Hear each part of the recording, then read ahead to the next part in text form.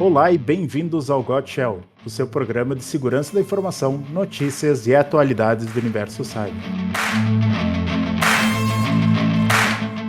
Hoje é terça-feira, dia 5 de setembro de 2023.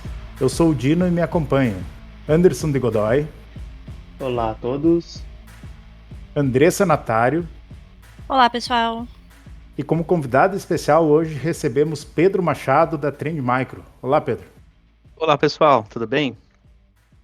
Tudo ótimo. Gente, eu quero começar pedindo para o Pedro se apresentar, né? Aquela coisa bem de primeiro dia de aula. Mas eu queria que tu contasse um pouquinho para a gente da tua história na informática, na TI, na segurança, as tuas motivações, o que tu tem feito e depois, se tu já puder engatar e falar um pouquinho da tua empresa, da Trend Micro e como é que a Trend Micro também, o histórico, como é que ela se posiciona hoje no mercado de Legal, segurança. Dino, obrigado pela introdução. Bom, primeiramente eu gostaria de agradecer o convite, né? Agradecer a IntegraSul, agradecer o Dino, a Andressa, a Anderson, agradecer as meninas do marketing. O Pacheco não está aqui também, mas agradeço aí o convite, tá, Pacheco? Bom, fazendo então uma introdução, né, contando um pouco sobre a minha história. Bom, meu nome é Pedro Machado, eu trabalho com tecnologia há mais de 10 anos, sempre trabalhando na área de engenharia de pré-vendas. Já trabalhei em distribuidor, já trabalhei em canal, em revenda, né, assim como a IntegraSul. Sempre trabalhei com diferentes tecnologias e diferentes fabricantes. E há 2 anos atrás eu tive a oportunidade de ingressar na Trend Micro, né? Eu sou formado em redes de computadores pela FIAP São Paulo. Tenho uma pós-graduação na Unisul, aqui em Florianópolis, em ciência de dados. E atualmente eu moro aqui em Florianópolis, atuando no mercado privado especificamente, atendendo os 3 estados aqui do sul, né? Começando pelo Paraná, Santa Catarina e Rio Grande do Sul, né? E falando um pouquinho, né, sobre a Trend Micro é uma empresa multinacional, né, uma empresa focada em cibersegurança. Eu brinco com os clientes que a Trend tem a minha idade, né, são 35 anos de história. E a Trend ela sempre foi reconhecida pelo seu pioneirismo, né, em diferentes segmentos, né, como Internet Gateway, proteção para e-mail, proteção para endpoint. E aí as coisas foram evoluindo, né, infraestrutura, migração para nuvem, transformação digital, né, e a Trend não poderia deixar de também se inovar, né. Então hoje a gente tem uma série de tecnologias, uma série de produtos para poder atender diferentes áreas dentro da organização, né. Então, hoje a Trend, ela possui uma plataforma de cibersegurança, trazendo proteção para diferentes segmentos, né, desde o usuário, olhando para a identidade, para dispositivo, né, para o e-mail, né, a gente sabe que o e-mail ainda é o grande vetor de ataque, então é super importante a gente olhar para o usuário, né, inclusive a gente vai falar aqui um pouquinho sobre risco, e realmente hoje o usuário, ele acaba sendo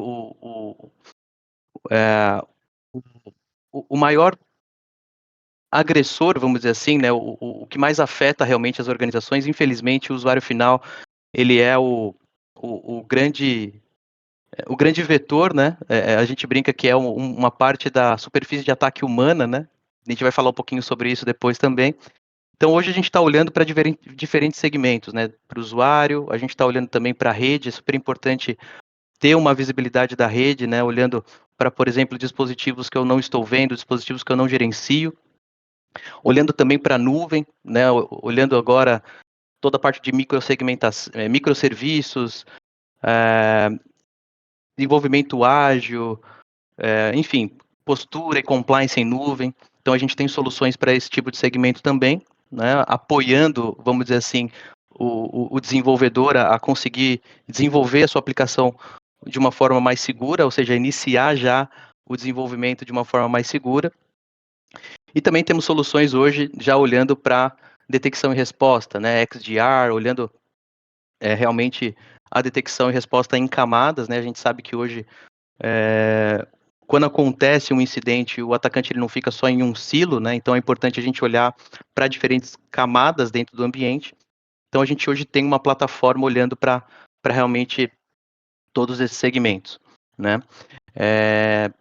Uma coisa que é muito interessante hoje também, nós temos hoje uma plataforma olhando para visibilidade e mitigação de risco, que é um pouco do tema que a gente vai falar um pouquinho hoje aqui.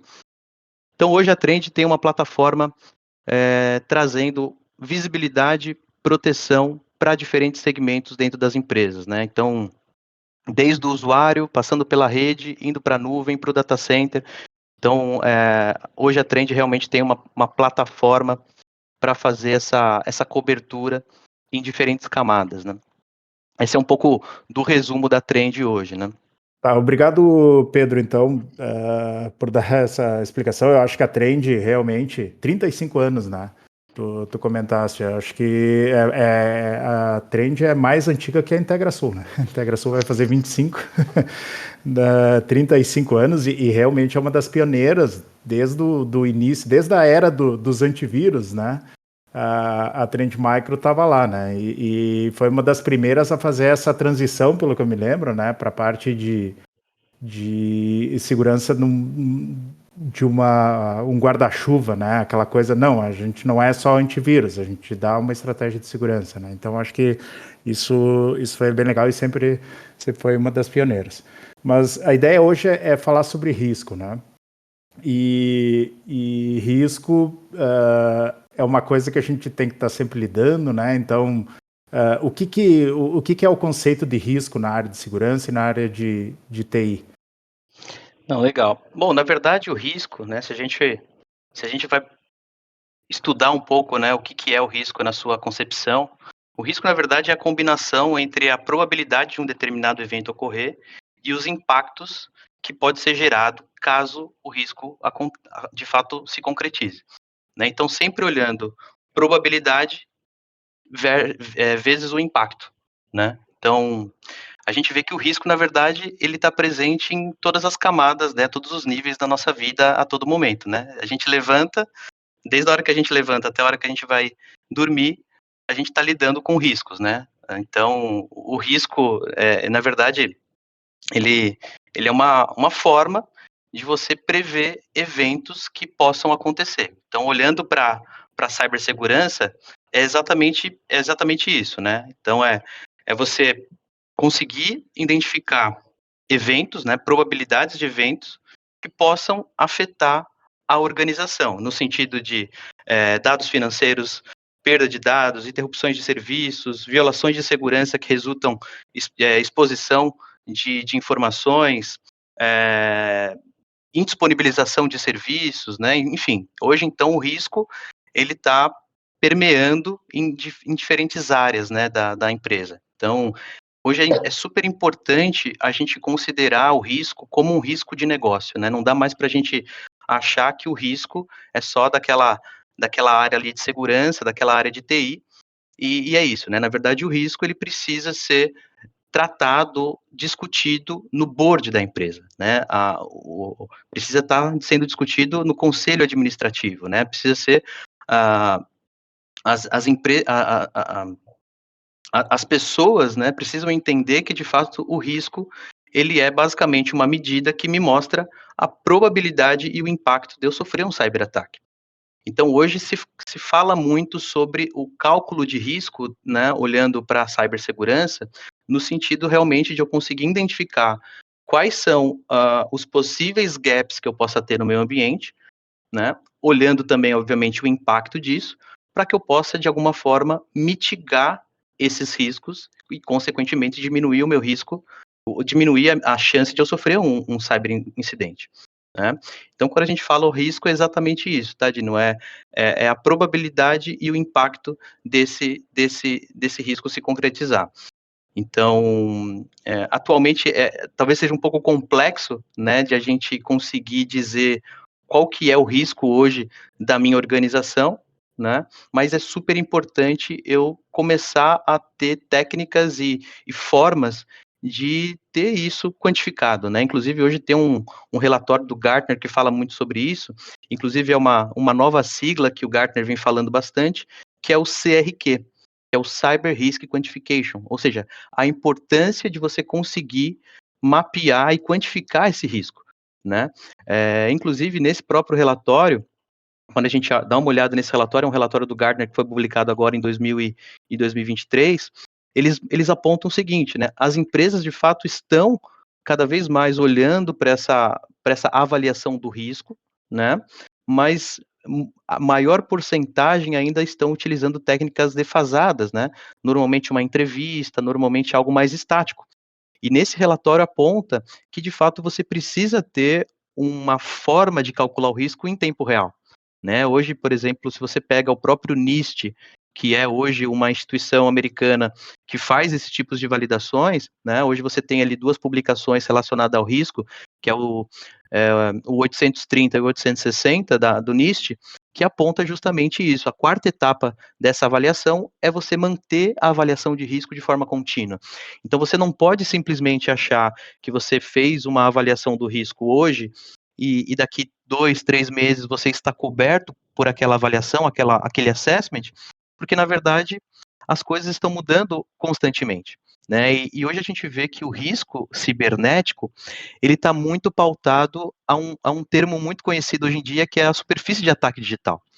Quando a gente fala de superfície de ataque digital, né, é praticamente mapear tudo que eu tenho dentro da minha infraestrutura, né? Então, hoje, se a gente olha o que é a superfície de ataque, né? A superfície de ataque ela é composta pelos meus ativos cibernéticos multiplicado pelos vetores de ataque, ou seja, todas as possibilidades que um atacante pode utilizar para se infiltrar dentro do meu ambiente de forma não autorizada. Então, a superfície de ataque é algo super complexo, massivo, está numa constante evolução. Então, não dá para simplesmente eu realizar uma avaliação dessa superfície de ataque, tentando avaliar o meu risco de uma forma estática, sendo que as coisas são super dinâmicas. A cada dispositivo, a cada aplicação, a cada novo recurso que eu introduzo no meu ambiente, é mais um ativo cibernético e é mais um vetor de ataque. Então, inclusive nesse relatório do Gartner, ele aponta justamente isso, né, que a porcentagem de empresas que estão trabalhando já nesse modelo em real time, avaliação de risco em real time, utilizando, por exemplo, inteligência artificial, machine learning, gira em torno dos 4%. Então, a gente vê que realmente tem um grande caminho aí a ser seguido, olhando realmente a maturidade da avaliação de risco dentro das organizações. Então, quer dizer que uma vez a avaliação desse risco era feita de uma forma subjetiva, e a ideia é trazer isso para uma maneira mais restrita, mais específica, né? Quer dizer, eu me lembro uma vez que tinha, e estava bem no início daquela coisa do 5S, né? Que é a organização, daí tinha todos os passos, daí tinha o programa de olho no Brasil, né? Então tinha todos os passos. E eu me lembro que eu fui visitar uma empresa e, nossa, era sujo, desorganizado, era uma confusão, mas eles, não, a gente se orgulha muito porque a gente implementou o 5S aqui. Aí tinha até a pedra que segurava a porta tinha etiqueta, mas né, a questão é que, né, como é que tu vai te comparar a outras empresas, né? Ou como é que tu vai Exatamente. saber se tu tá fazendo essa avaliação de risco da melhor forma possível? Porque eu olhei aqui, eu acho que o nosso risco é baixo. Mas se for subjetivo, tu nunca vai ter certeza, né? Exatamente. É o que a gente fala, né? Você tá em compliance é uma coisa, né? Agora manter de fato a segurança ativa é outra coisa, né? Então muitas empresas acabam fazendo, eu preciso fazer ali a ISO 27001, preciso passar no PCI. E depois esquece de tudo, né? É um negócio só para, como diz meu pai, para inglês ver, né? É um negócio só para poder cumprir tabela e depois esquece disso, né? E a gente percebe que hoje o risco ele está totalmente ligado ao negócio mesmo, né? Ao impacto que o negócio pode ter, né? Então é super importante hoje a gente falar de risco com CISO, com o board, né? Com realmente o CIO, o E de CTO, forma não falar. objetiva. Exatamente, exatamente. E uma coisa interessante, Dino, nesse relatório do Gartner, que pontua um negócio muito interessante, tá? Eles pegam ali as pessoas que responderam, né, esse report. Então, como primeira prioridade, seria, de fato, a priorização do risco, né? Ou seja, risco eu sempre vou ter, alerta eu sempre vou ter. Agora, cara, o que eu vou priorizar dentro do meu ambiente? O que, de fato, é mais crítico, né?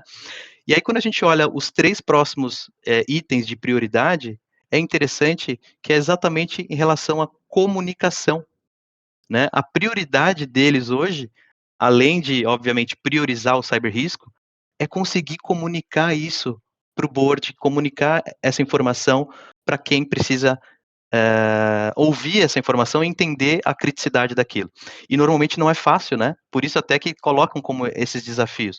Porque não é fácil você transmitir, compartilhar essa informação do risco para uma pessoa que não tem tanto conhecimento em tecnologia. Então, por isso, a importância de você conseguir quantificar, ou seja, de 0 a 100, qual que é o meu risco? E comparado com outras organizações, como que eu estou hoje? Fazer um benchmarking mesmo, né? Comparado com empresas do mesmo segmento, como que eu estou de maturidade em relação à análise e mitigação de risco?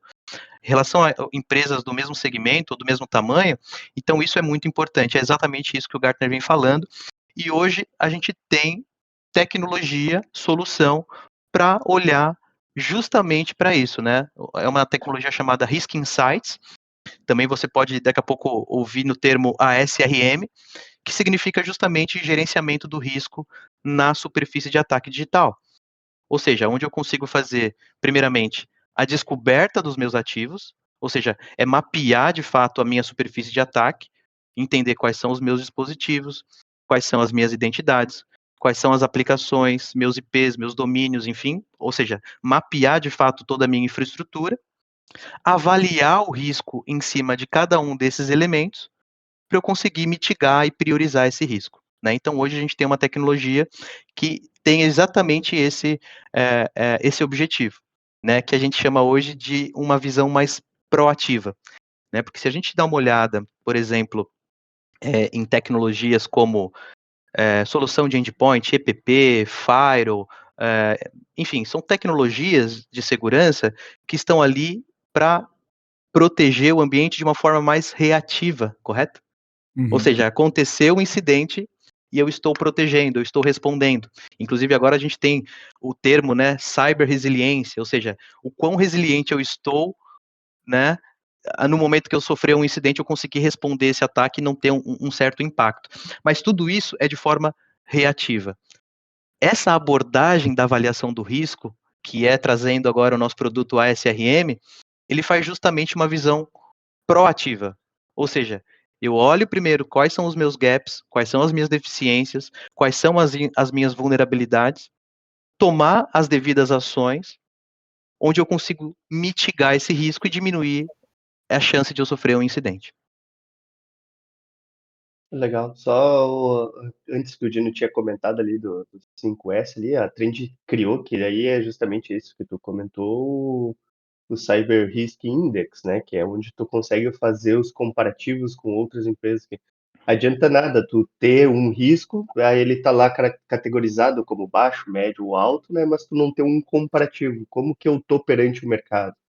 E aí tem um outro ponto bastante importante que a ferramenta da Trend entrega também, que é a questão de tu conseguir ver com base no comparativo com outras empresas do mesmo segmento ou até mesmo do mesmo número de tamanho, a questão dos tipos de ataques que estão acontecendo com base naqueles riscos que tu tem ali.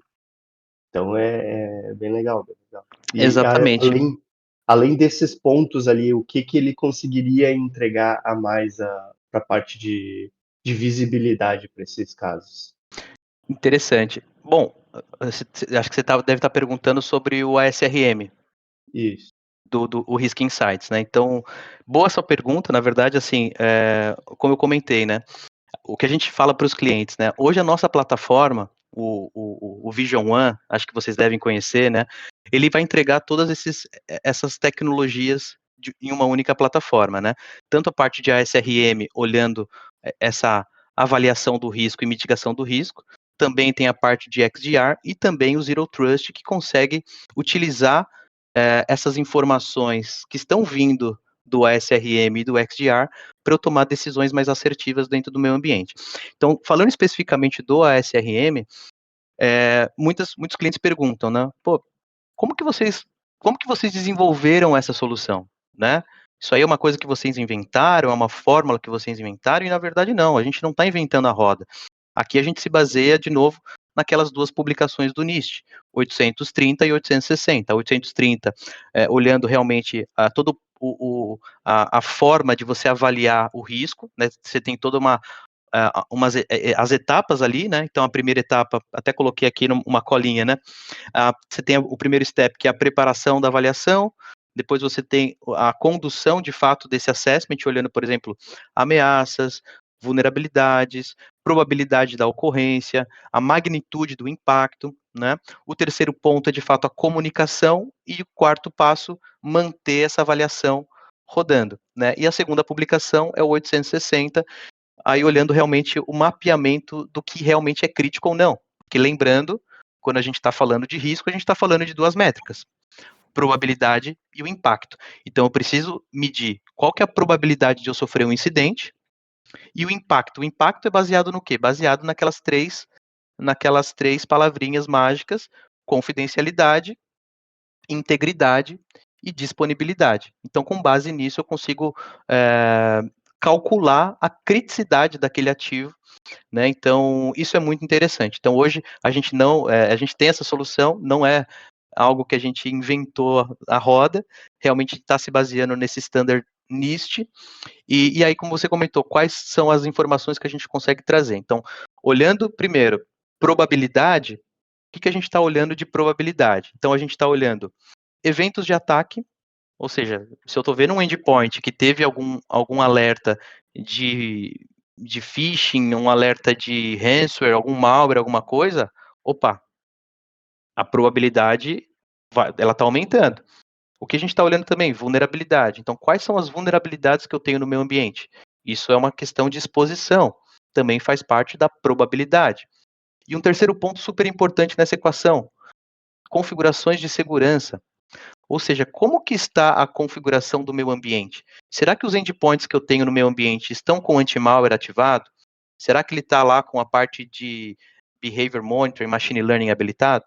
Né? Então, esses são os três pontos. Obviamente, se a gente dá um duplo clique nisso, a gente vai ver uma série de ramificações, mas a gente está olhando para a probabilidade, e a gente está olhando mais essas três questões, né? Os incidentes de ataque, né? Os alertas mais recentes, as vulnerabilidades, e tem também as questões de configurações de segurança. Configuração de segurança e configurações de sistema, né? E aí, quando a gente olha para o impacto, a gente consegue medir o impacto utilizando realmente tags. Por exemplo, eu sei que aquele servidor, ele é um servidor de domain controller, né, e ele é crítico. Então, a partir desse cálculo, eu sei que a criticidade é muito maior no momento que esse servidor for afetado, comparado com uma estação de um estagiário, por exemplo. Então, eu consigo medir essa criticidade utilizando essas informações que estão vindo desses sensores. Pode estar vindo de uma identidade, pode vir do XDR, pode vir da própria rede. Então, por exemplo, vou dar um exemplo interessante aqui. Às vezes, né, eu assisti um episódio que vocês fizeram com a pessoa da Qualys, achei bem interessante, e o ponto ali que vocês falaram bastante é a questão da priorização. Como que eu priorizo as vulnerabilidades que eu tenho dentro do meu ambiente? Então, por exemplo, vou te dar um exemplo. Às vezes você tem uma vulnerabilidade e tem uma série de endpoints, servidores que estão sendo impactados naquela vulnerabilidade. Mas qual realmente é mais crítico ali? Né? Então, através dessas tags de criticidade, eu consigo saber que aquele servidor ele é mais crítico do que outro servidor. Então, opa, vou mirar nessa aqui primeiro, né? Ou até as questões que vocês até comentaram lá no podcast, né? Explorações, será que já não tem alguma exploração ativa dessa vulnerabilidade? Será que já não tem exploração dentro do meu ambiente? Então, todas essas informações, elas são calculadas em tempo real, né? Um ponto super importante também é a identidade. Então, estou monitorando também as identidades dos usuários, né? Identidade, por exemplo, que pode estar sendo negociada na Deep Web, identidade que está sofrendo algum brute force, identidade que não tem um MFA habilitado. Então, tudo isso são atividades proativas que a gente agora está conseguindo fazer com essa tecnologia para poder diminuir o risco e diminuir a chance de um ataque. Eu não sei se eu consegui responder, Anderson, a sua pergunta, acabei dando uma volta, né, mas acho que deu para ter um pouco da noção aí do que a gente Exatamente consegue isso, trazer.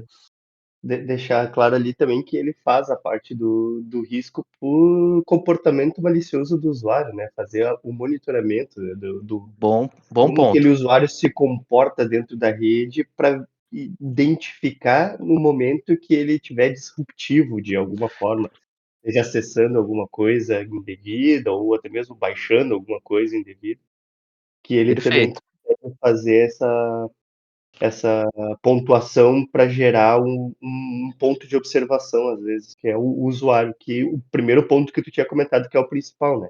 Às vezes é um usuário que tem poderes administrativos demais e que ele, né, acaba usufruindo desse, não sei se seria um benefício, mas para coisas que não deveria. E aí Sim. um único usuário pode gerar um problema catastrófico dentro da empresa. Não, você tocou num ponto que é exatamente isso que a gente consegue fazer. A gente consegue criar um baseline utilizando machine learning. Então a gente sabe mais ou menos como que a pessoa trabalha, né? Qual que é o uso dos dados normalmente que aquela pessoa utiliza dentro da empresa, né? Até, por exemplo, qual que é a quantidade de dados que essa pessoa faz upload e download no OneDrive, por exemplo, né? Que tipo de dispositivo essa pessoa conecta na minha rede, né? Qual que é o horário? Ela trabalha de segunda a sexta, das 8 às 18? Opa, lá num sábado de noite ela tentou se logar de um dispositivo que eu não conheço, comportamento estranho. Então, realmente, você tocou num ponto importante. Comportamentos também a gente está olhando, atividades e comportamentos a gente também está olhando. Então, existe até um documento, né, que acho que é legal comentar, que é o seu risco explicado na prática, né? Depois eu posso até compartilhar esse documento, acho que vocês devem ter, como que a gente faz o cálculo do risco, né? Então, é um material bem interessante, né? Porque, de fato, aquele número que está ali na console não é por capricho, né? Aquele número realmente está mostrando para ti a chance de você sofrer um incidente e ter um impacto na ponta, né? Então, realmente, inclusive, aquele número ali, né, do Risk Index que a gente tem na nossa plataforma,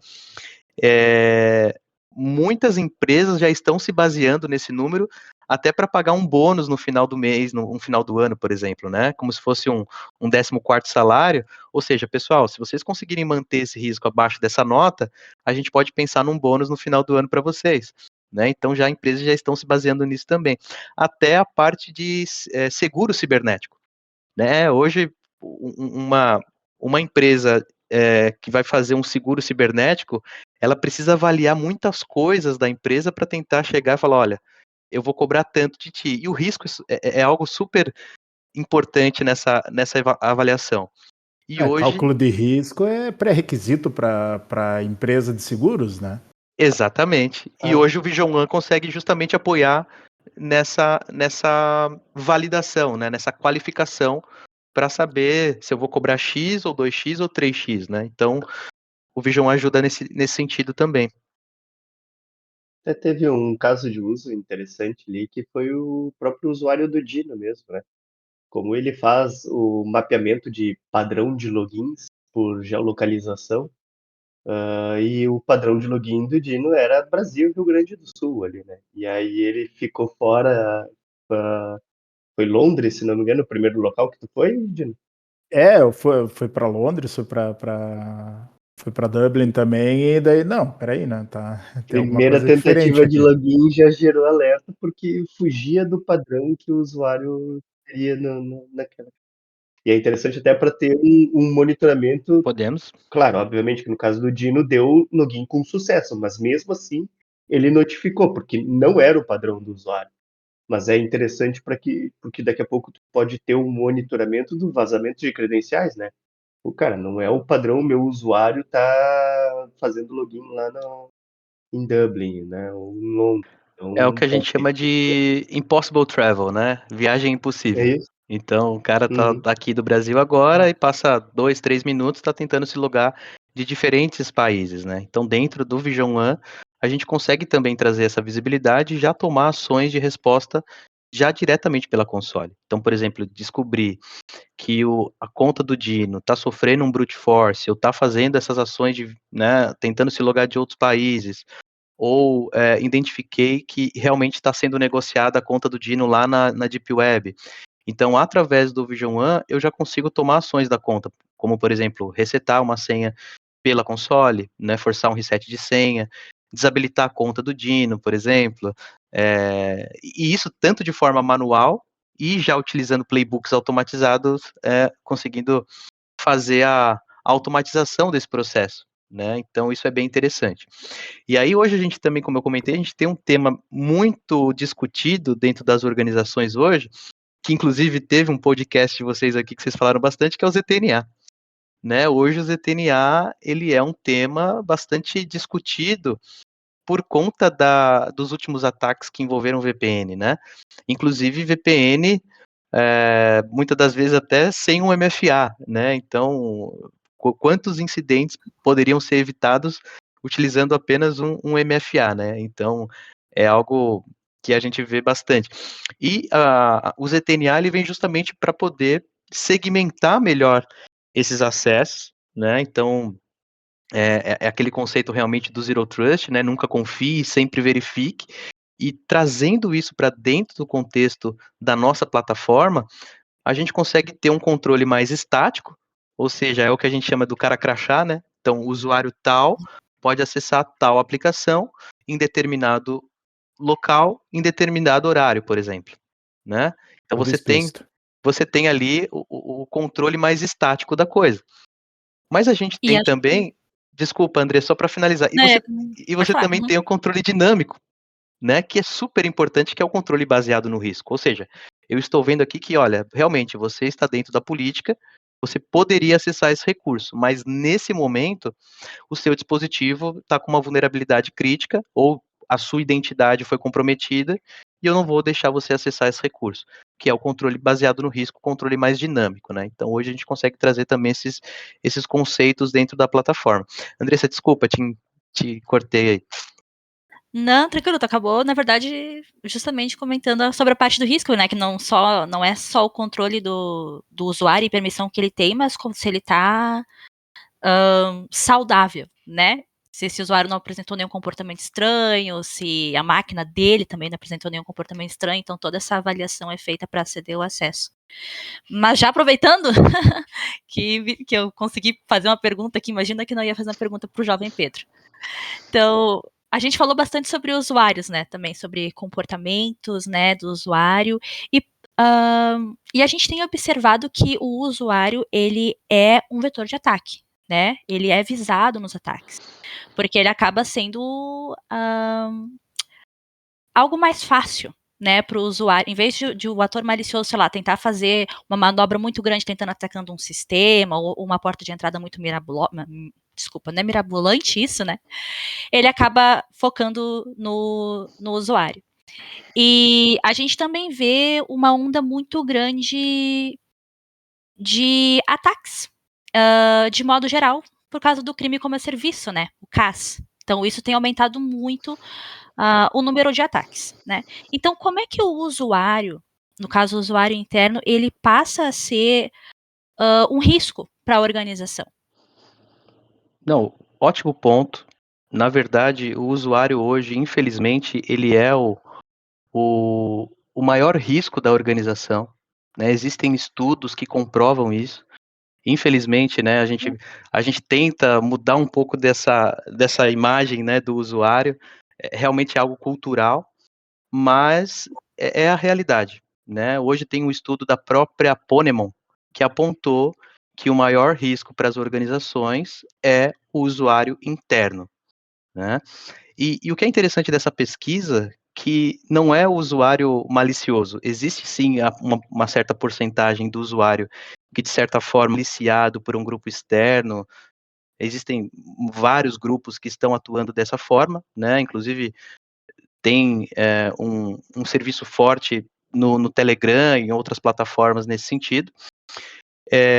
Então, realmente, hoje o usuário, né, eu estava comentando sobre a porcentagem desse relatório, né? Então, na verdade, a porcentagem maior não é o usuário malicioso, né, que está ali, por exemplo, liberando um acesso para um atacante para receber daqui a pouco algum dinheiro extra, né?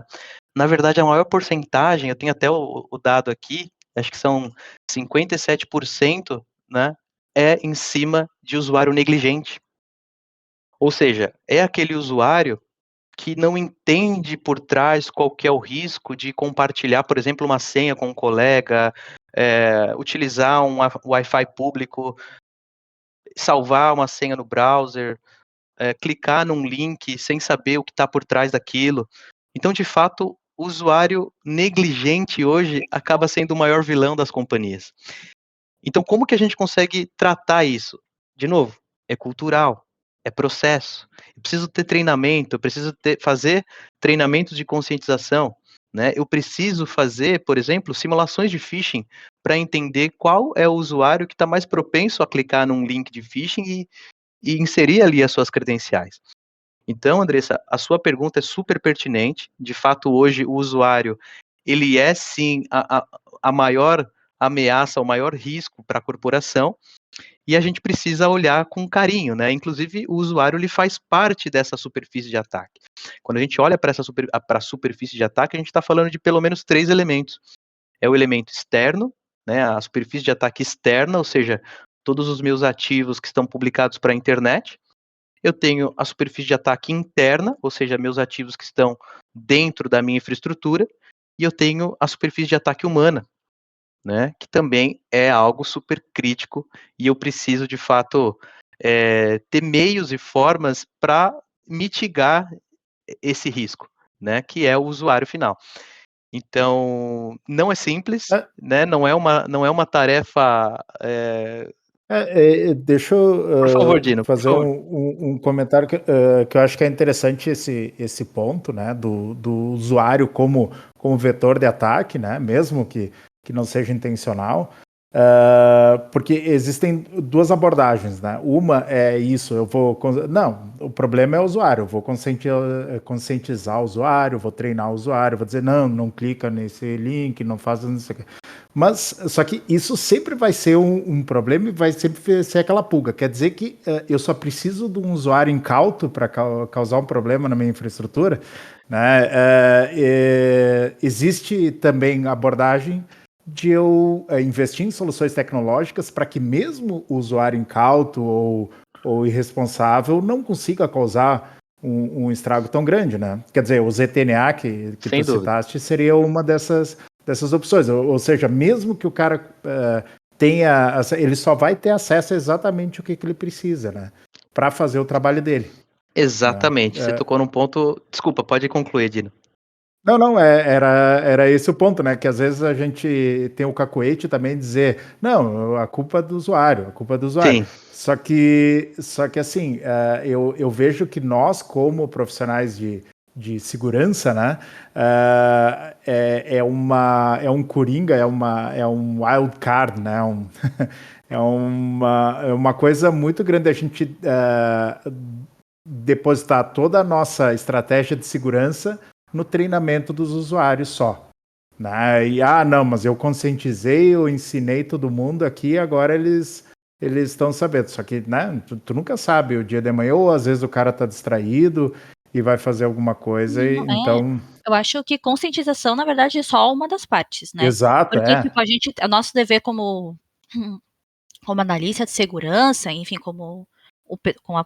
que trabalha com a parte de segurança é proteger o usuário, né? Então a gente vai dar a questão de, vamos fazer a parte de treinamento, mas nós também temos que garantir que ele tem os acessos devidos.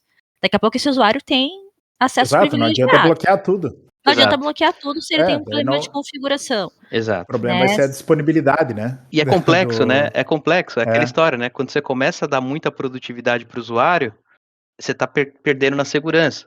Só que se você coloca muita segurança, você está perdendo na produtividade. Então, realmente, é um desafio, né? E concordo com vocês, não é só o treinamento, não é só a conscientização, mas segurança é feito de pessoas também.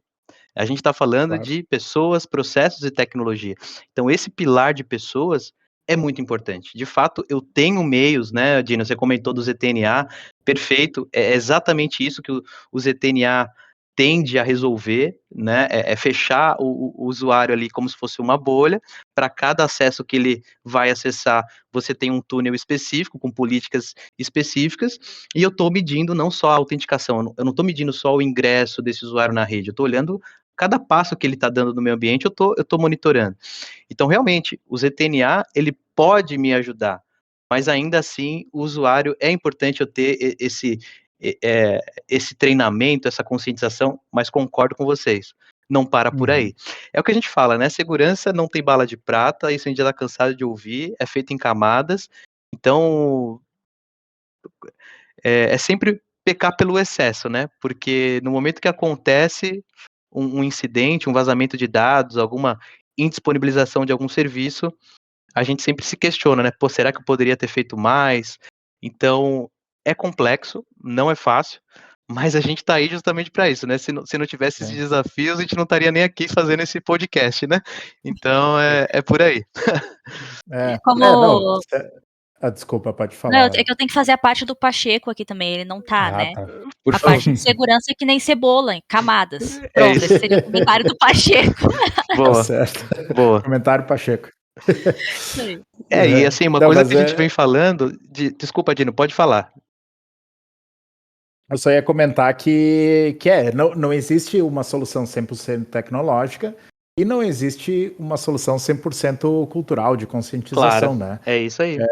A gente tem que trabalhar, por exemplo, e um caso é de segurança física, por exemplo. Eu quero controlar quem que vai entrar na minha empresa e daí tem um segurança que vai trabalhar lá na portaria.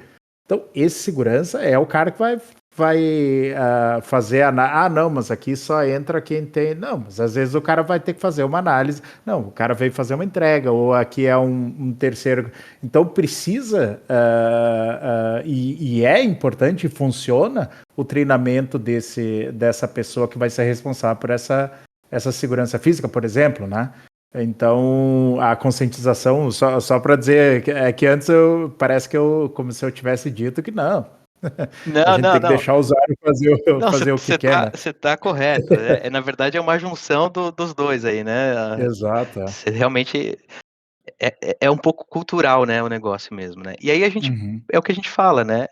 Quando a gente fala de risco, é super importante trabalhar com atividades proativas, né? Vocês, por exemplo, já comentaram também num episódio, eu assisti vários episódios aqui de vocês, tem um episódio de Legal. pentest, né, que vocês comentam sobre pentest. Pentest é uma técnica proativa que você está fazendo no ambiente para avaliar qual que é o risco que você está tendo a partir de identificações que foram feitas ali na rede, né? Pô, identifiquei uma vulnerabilidade, consegui explorar, consegui chegar no servidor, consegui acessar determinada informação. Opa, isso aqui é um risco, eu preciso tratar, né? E também não adianta eu avaliar o risco, entender qual que é meu risco e colocar na gaveta. Eu preciso tratar aquele risco, eu preciso mitigar, né? O risco, ou você aceita ele, Quantificar ele, né, também.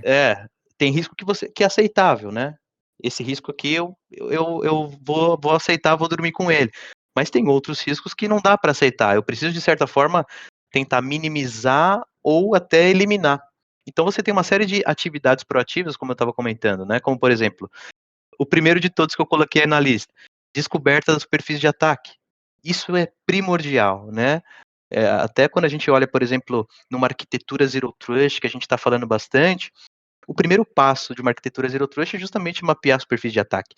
Porque se eu não sei meus perfis de ataque, como que eu vou ter uma arquitetura baseada no conceito de Zero Trust? Então esse é o primeiro ponto, é entender meus perfis de ataque, né? Aí você tem Health Check.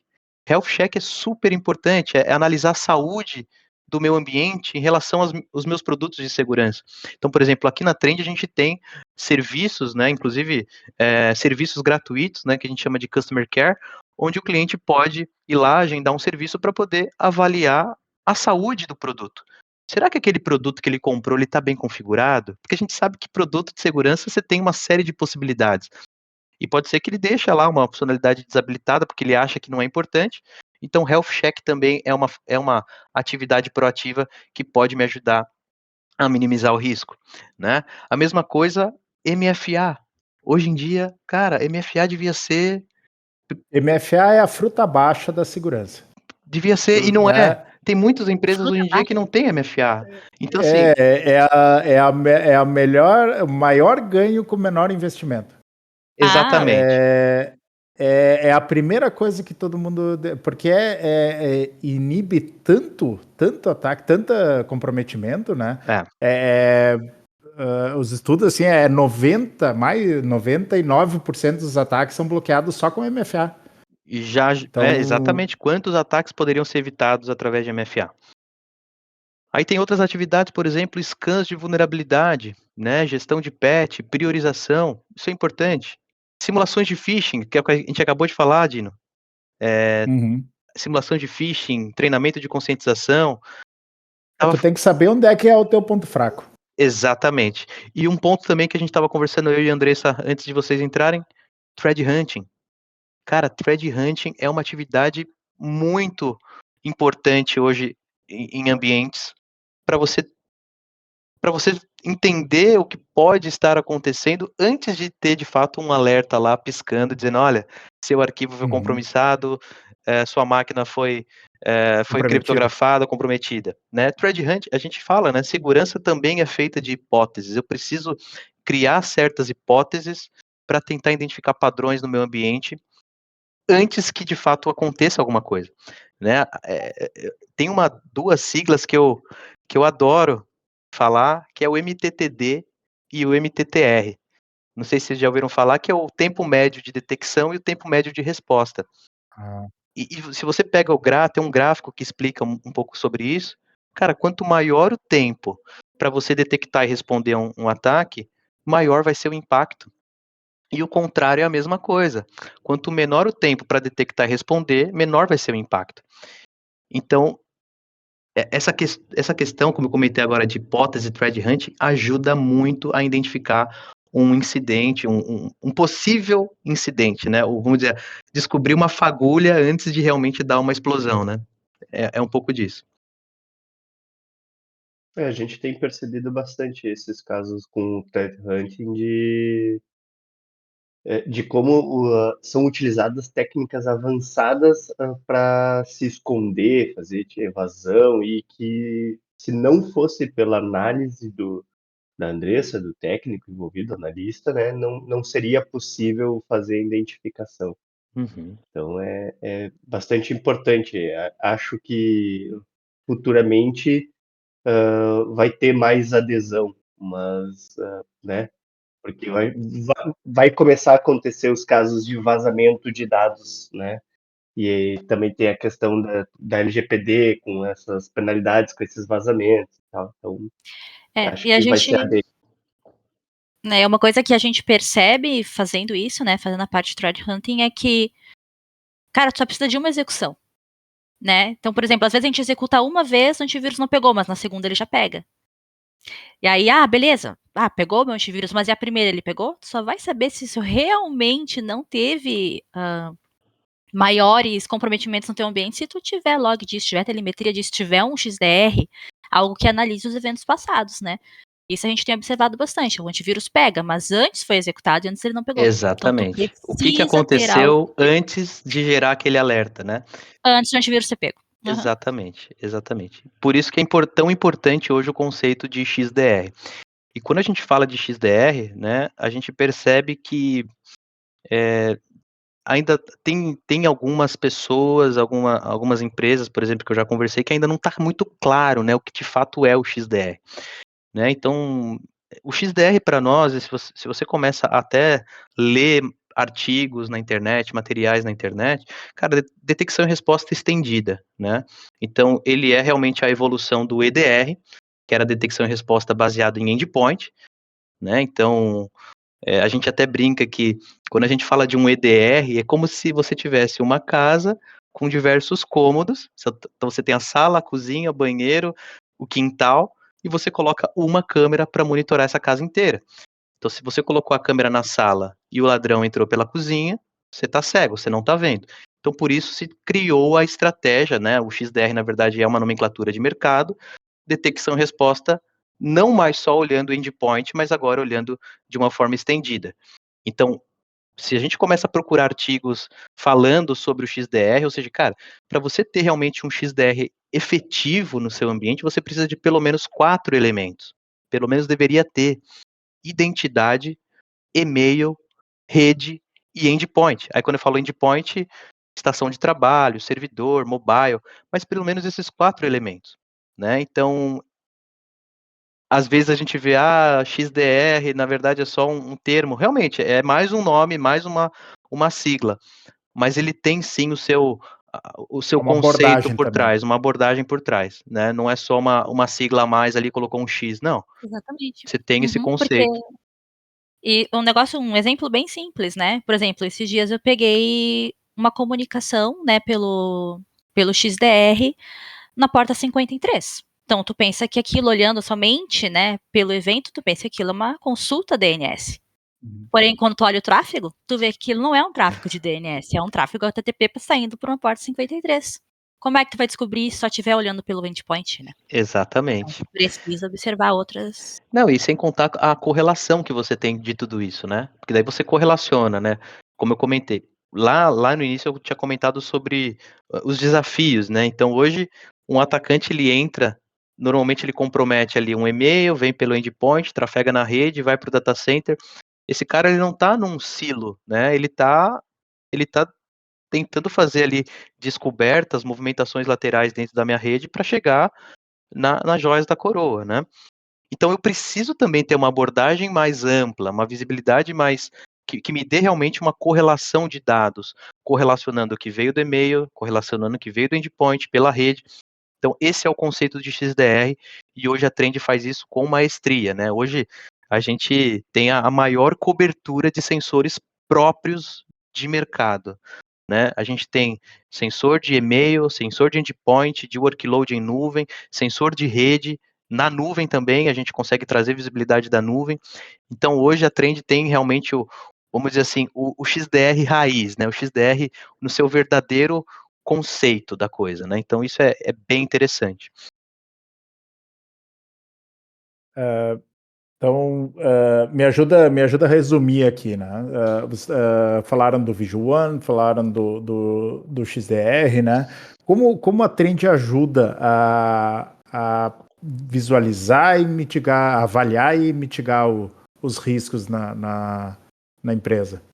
Perfeito.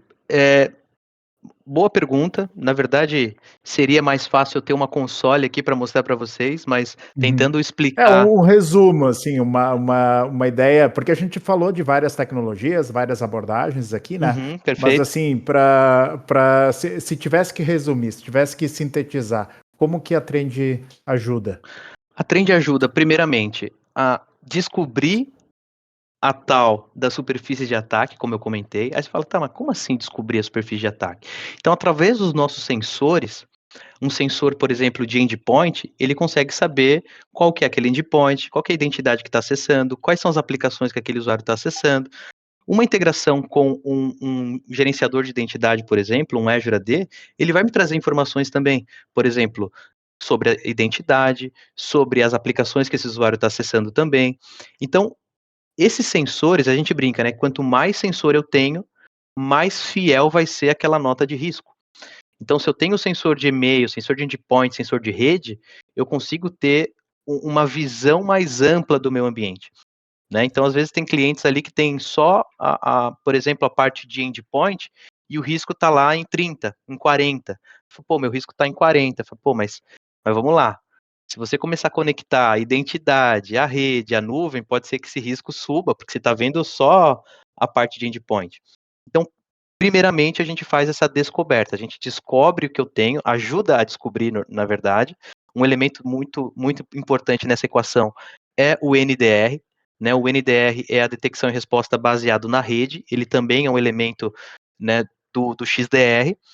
E ele me ajuda também a descobrir ativos que estão trafegando na rede que normalmente eu não estou vendo, que é o que a gente chama de dispositivos não gerenciados ou dispositivos desconhecidos, né? Existe até uma pesquisa que aponta que se você, na média, né, se você acha que você tem 1.000 dispositivos, na verdade você tem 1.500, né, que você não conhece.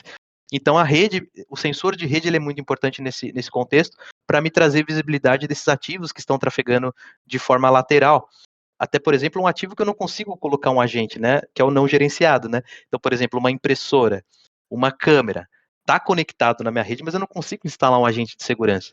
Mas pode estar vulnerável. Então, a rede é importante nisso. Então, tentando responder a sua pergunta, Dina, a primeira coisa que a gente faz é descobrir qual que são os meus ativos, as minhas aplicações, as minhas identidades. Cara, é isso aqui. E através dessas métricas que eu comentei de exposição, alertas de segurança, configurações de segurança, eu consigo calcular o risco, né? Então, por exemplo, eu sei que um dispositivo ele está com risco 80, por exemplo, porque se eu der um duplo clique nesse dispositivo, eu estou vendo que teve um usuário que acessou o dispositivo com uma credencial que eu identifiquei que está compromissada, identifiquei que esse dispositivo tem mais de 100 vulnerabilidades ali, eu identifiquei que esse dispositivo ele não está com anti-malware ativo. Você está entendendo? Eu vou criando esses cálculos, inclusive em tempo real, para eu poder entender o que de fato é mais crítico para o meu ambiente. Então, quando a pessoa que está operando o Vision One abre a tela, a primeira coisa que ele vai dar de cara é a nota de risco. Cara, de 0 a 100, qual que é o meu risco? Risco 60. E já ali nas informações abaixo da console, você já vai saber o que mais está, qual que é o maior ofensor da minha rede. É dispositivo? É identidade? São os ativos que estão de cara para a internet, ou seja, meus domínios, meus IPs públicos, ou são meus workloads que estão na nuvem? Então, isso ajuda a justamente você saber aonde você precisa focar para poder diminuir esse risco. Inclusive, a gente tem uma funcionalidade nova agora dentro do Vision One, que se chama Risk Reduction, que é a redução do risco, ou seja, a gente consegue te trazer todos os eventos de risco e numa ordem de grandeza te dizer, olha, se você aplicar o patch nessas 100 vulnerabilidades que eu identifiquei, a sua pontuação de risco vai diminuir em 5 pontos. Se você tomar ação dessas credenciais aqui que eu percebi que foram vazadas na Deep Web, ou seja, troque a senha delas e você vai diminuir mais 2 pontos na sua nota de É risco. até divertido, né? Isso vai é muito... ali e vai fazendo check. Exatamente. Check. Isso é muito interessante. Dopamina. Porque, de novo, não adianta eu ter uma nota de risco e não saber para onde seguir, o que é prioritário, né? É o papo lá das vulnerabilidades, né? Cara, eu tenho aqui 3.000, 4.000 vulnerabilidades. Aonde que eu vou atacar primeiro? Então, eu preciso ter um contexto. E é nisso que a gente ajuda, tá? Inclusive, eu convido você que está ouvindo hoje aqui o nosso podcast, realizem um assessment, né? A gente tem uma ferramenta que é exatamente o que a gente estava comentando aqui, o Trend Vision One. A gente pode fazer um assessment com vocês, trazendo justamente essa visão do risco, né? O próprio Anderson também trouxe uma ferramenta que a gente desenvolveu recentemente, que daí é uma ferramenta mais estática, fazendo algumas perguntas ali, para você poder fazer essa avaliação de risco também, que é o CRI, que é o Cyber Risk Index, também é uma outra ferramenta que vocês podem utilizar para poder entender nível de maturidade e o nível de risco da sua organização, né? E uma coisa que é interessante também, que eu não comentei, esse ano, nós fizemos um evento, inclusive o Pacheco estava no evento, que é o World Tour, né? A gente chamou esse evento de World Tour justamente porque foi um World Tour mesmo, né? Foi em mais de 100 cidades pelo mundo, e o nome do evento se chamava Risk to Resilience, ou seja... aquele que eu não fui. É, aquele que você não foi, exatamente. Do risco à resiliência, ou seja, como que você consegue analisar o risco, entender o risco, mitigar o risco para chegar, de fato, na resiliência cibernética, né? Então, esse foi um evento bem interessante. A gente rodou o Brasil, eu tive a oportunidade de palestrar em Curitiba, em Porto Alegre, mas nós tivemos esse evento no Rio de Janeiro, Belo Horizonte, Fortaleza, Brasília, Belém, Recife, e em várias outras cidades aí pelo mundo. Então foi um evento muito bacana, onde nós tivemos a oportunidade de falar especificamente do risco. Como que a gente analisa o risco, a importância de analisar o risco, quantificar o risco. É um pouco desse tema hoje que eu estou falando com vocês e como que a Trend ajuda, né? Então foi um evento bem legal, né? Não sei se quem está ouvindo teve a oportunidade de ir, se não teve, convido vocês também, a gente pode fazer uma apresentação com base no evento, não tem problema, tá? Mas foi bem interessante. Um ponto que eu gostaria de comentar também, pessoal, saiu recentemente, tá? Vamos dizer assim, novas regras, né? Não sei se vocês conhecem o SEC, que é o Security and Exchange Commission, traduzindo aí para o português, é a Comissão de Valores Mobiliários, né? Na verdade é uma agência federal de regulamentação e controle dos mercados financeiros, bolsa de valores, enfim. Então, acho que foi nesse mês ou mês passado que eles publicaram novas regras para empresas que possuem capital na bolsa, né, que precisam agora começar a reportar essas avaliações de risco, maturidade de segurança cibernética, né, como é que está o seu risco hoje, e compartilhar isso com a sociedade, com os acionistas, né, porque, pensa, se você investe uma grana numa empresa que do dia para a noite pode sumir por conta de um risco cibernético, você vai pensar 2 vezes, né, para colocar a sua grana ali. Então, da mesma forma que essa empresa ela pode sumir do dia para a noite com uma explosão, né, alguma catástrofe natural, pode sumir também do dia para a noite. A chance é maior, inclusive, Não né? é, Dino? Claro. Então, Um ataque cibernético é muito mais provável, né? exatamente. E isso tá começando a refletir para o Brasil também, né? Eu não sei exatamente. A gente vê agora a LGPD, né, pegando cada vez mais força. Então, talvez isso daqui a pouco venha para o Brasil também, né? Essas novas regulamentações para empresas que têm capital na bolsa, né? Para mim faz total sentido isso. Claro. Pedro, muito obrigado pela tua presença, por ter compartilhado o teu conhecimento aqui com a gente. Eu espero que no futuro a gente possa fazer outros podcasts, outros encontros e para a gente trocar ideia. Tenho certeza que terão muitos outros assuntos aí que a gente vai poder conversar e aproveitar o teu conhecimento. Muito obrigado, espero que tenha sido proveitoso para ti também. Com certeza. Eu que agradeço e muito feliz de estar aqui participando com vocês nessa discussão tão importante, tão relevante. Se for para me convidar, espero que seja presencial, né? Para a gente tomar um chimarrão, um café ou Claro, uma cerveja, se tomar uma vocês cerveja, preferirem. né? Isso. E é isso, eu agradeço mesmo, muito, muito legal aqui o podcast e fico à disposição, né, para quem está me ouvindo, quiser também entrar em contato com a Trend, entender um pouquinho melhor sobre as nossas soluções, a gente fica à total disposição, tá bom, pessoal? Um abraço. Então tá, por hoje é só, pessoal, nos sigam pelo @got_shell ou pelo e-mail got_shell@integrasul.com.br. Abraços e até a próxima. Abraço. Até mais, pessoal.